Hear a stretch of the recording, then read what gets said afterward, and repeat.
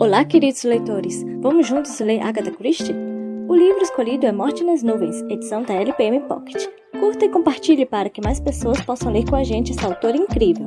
Aproveite e já se inscreva no nosso canal e ative o sininho para não perder a continuação da história. Vamos lá?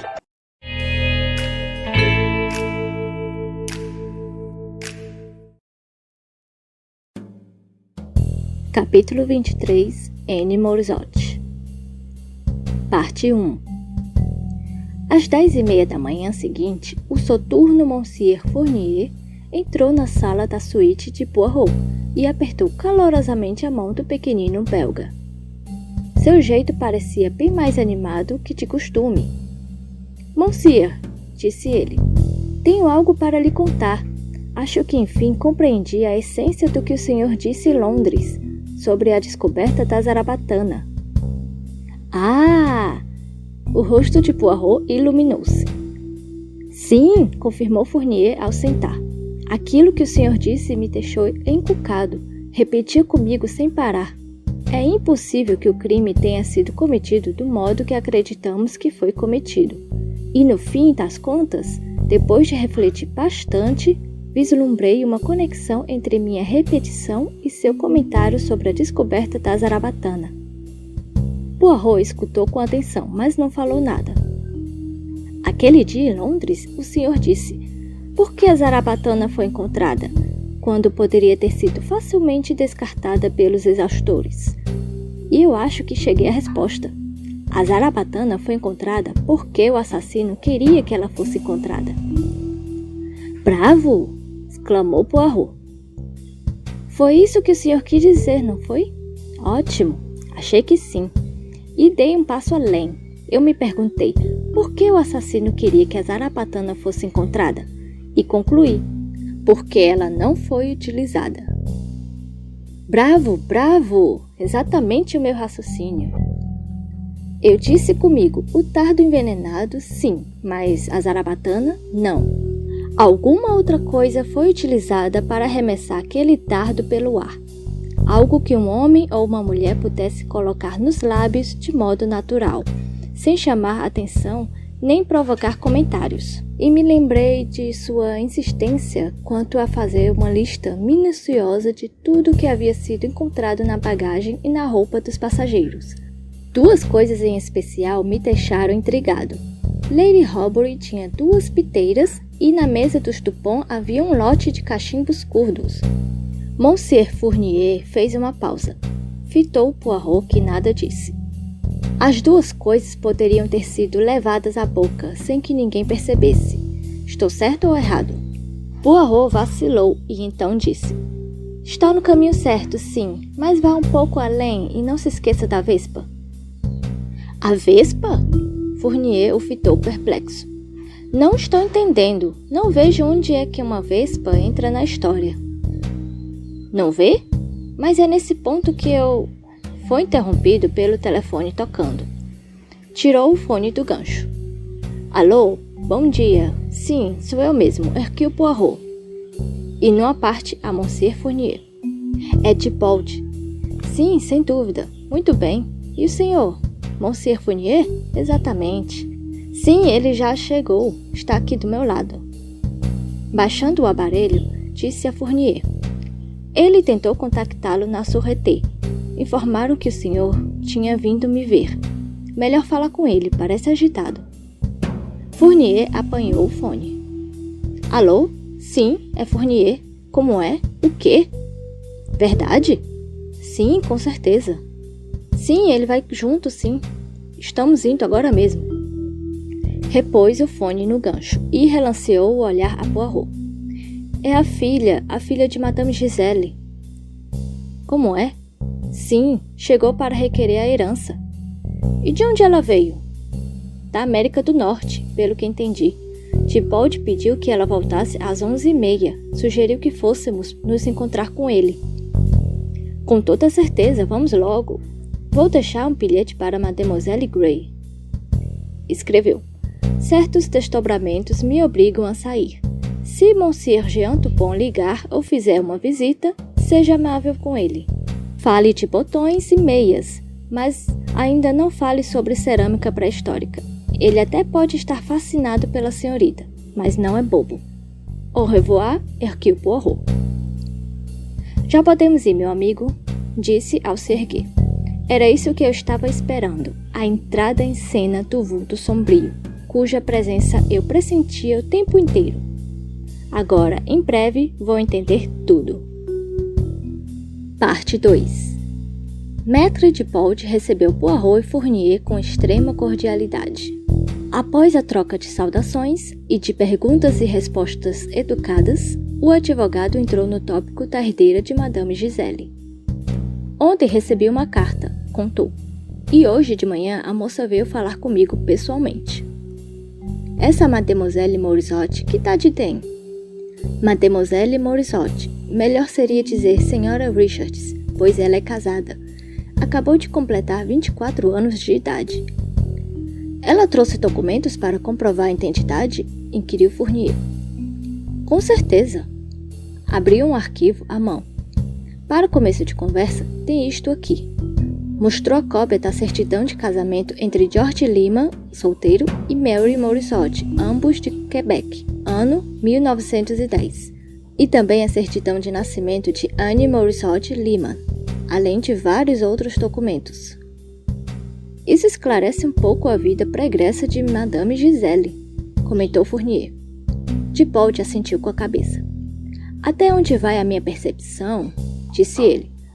Quando Mary Morisot conheceu esse tal Lima, ela trabalhava como governanta ou encarregada das costuras. Pelo que te apreendi, o cafajeste a abandonou logo depois do casamento, e ela reassumiu o nome de solteira. A menina foi entregue aos cuidados do Institut de Marie, em Quebec, e foi criada lá. Mary Morisot Lima foi embora da cidade pouco depois. E, imagino, na companhia de outro homem, veio para a França. Mandava dinheiro com certa frequência até que, por fim, mandou uma soma única a ser entregue em dinheiro vivo quando a moça completasse 21 anos. Naquela época, Mary Morisot Lima, sem dúvida, levava uma vida proscrita e achou melhor cortar quaisquer relações pessoais. Como a moça soube que era herdeira de uma fortuna? Mandamos publicar anúncios discretos em vários jornais. Parece que um desses chegou ao conhecimento da diretora do Instituto de Marie, que escreveu ou telegrafou para a senhora Richards, que na ocasião estava na Europa, mas prestes a retornar aos Estados Unidos. Quem é Richards? Ao que consta, americano ou canadense. Mora em Detroit e a profissão é fabricante de instrumentos cirúrgicos. Não veio com a esposa? Não, continua na América do Norte. A senhora Richards foi capaz de dar alguma pista sobre a possível razão de a mãe ter sido assassinada? O advogado balançou a cabeça. Ela não sabe de nada da mãe. Para o senhor ter uma ideia, apesar de já ter escutado a diretora mencionar, ela nem se lembrava do nome de solteira da mãe. Parece, ponderou Fournier, que a chegada dela não vai nos ajudar em nada para solucionar o mistério do assassinato. Para ser sincero, nunca pensei que ajudaria. No momento, concentro meu foco em outra direção. Minhas investigações reduziram a lista de suspeitos a 3. 4, emendou Poirot. Pensa em 4?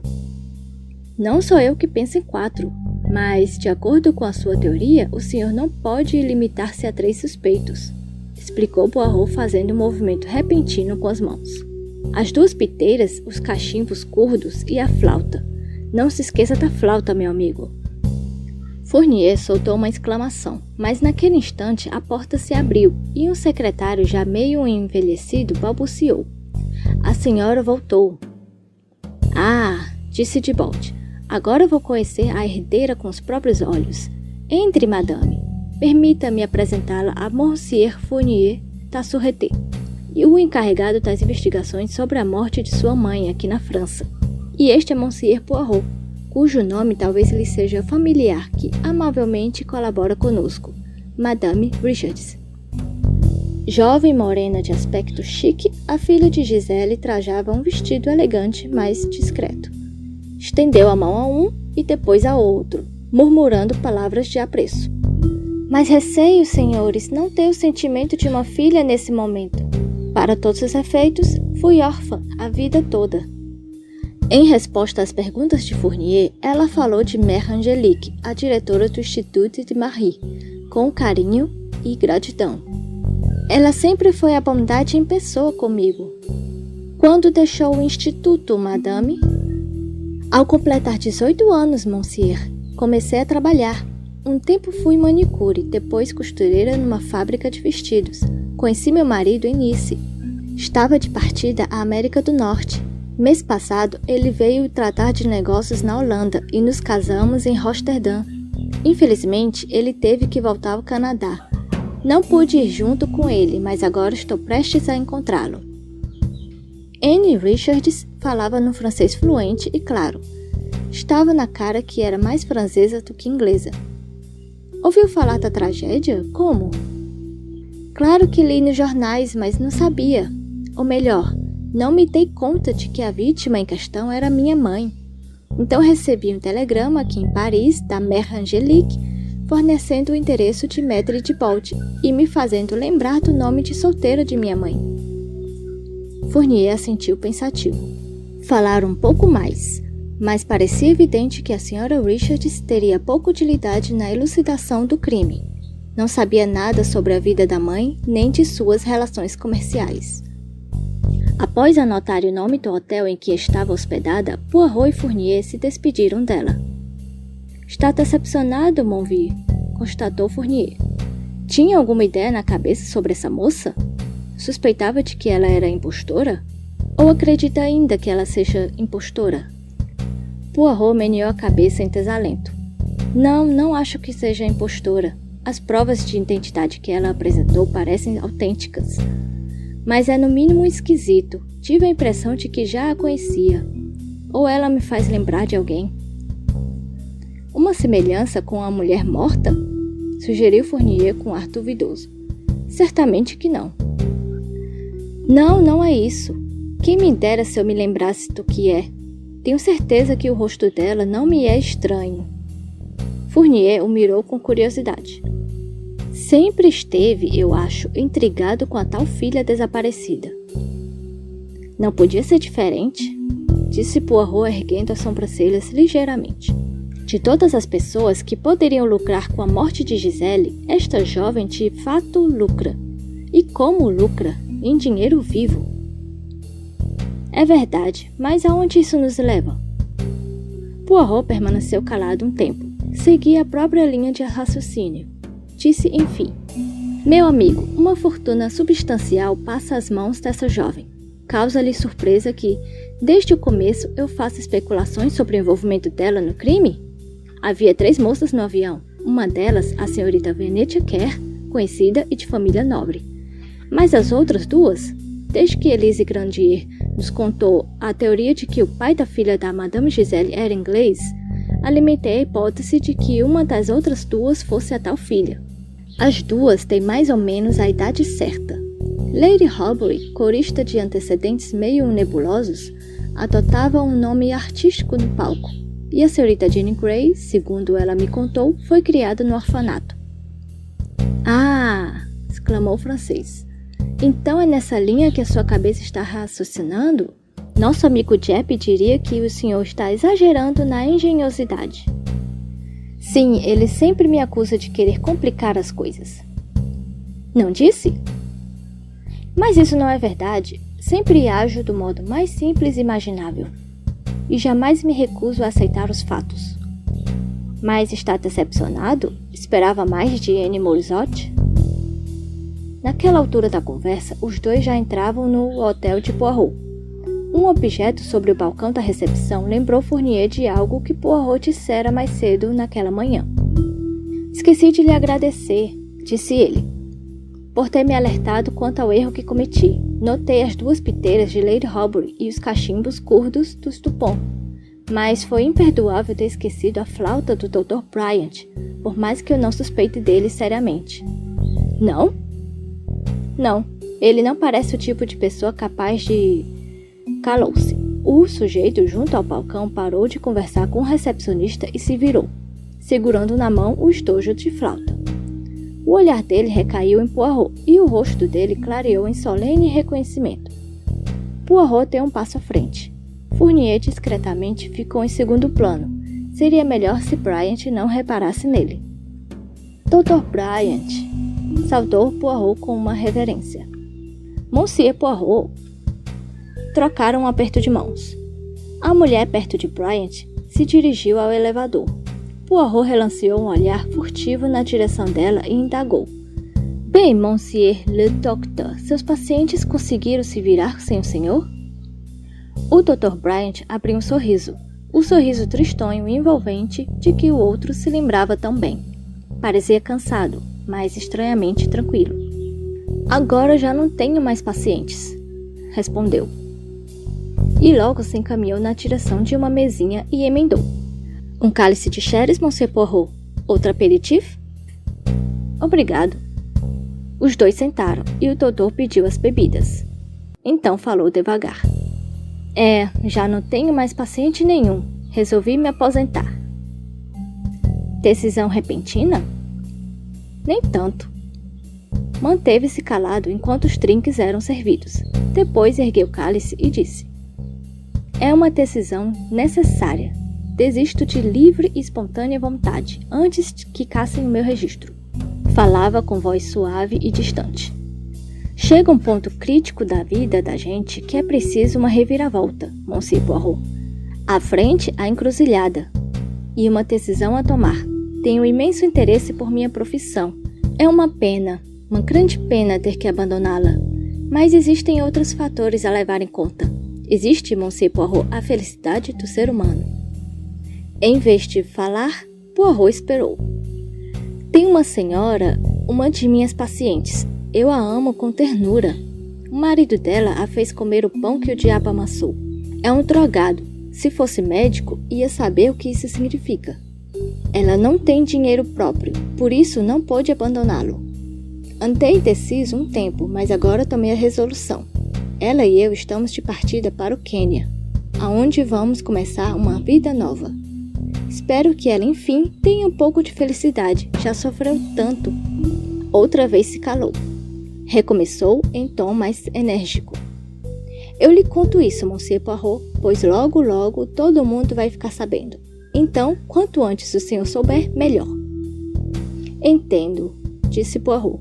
Logo depois acrescentou. Vai levar junto a flauta? O Dr. Bryant sorriu. Esta flauta, Monsieur Poirot, é uma velha amiga. Quando tudo dá errado, a música permanece. Acariciou o estojo da flauta. Então, com uma mesura, se ergueu. Poirot também se levantou. Faço votos de um futuro muito feliz, Monsieur le Docteur, junto com Madame, desejou Poirot. Quando Fournier voltou a se encontrar com um amigo, Poirot tomava providências no balcão para realizar uma chamada a longa distância. Quebec.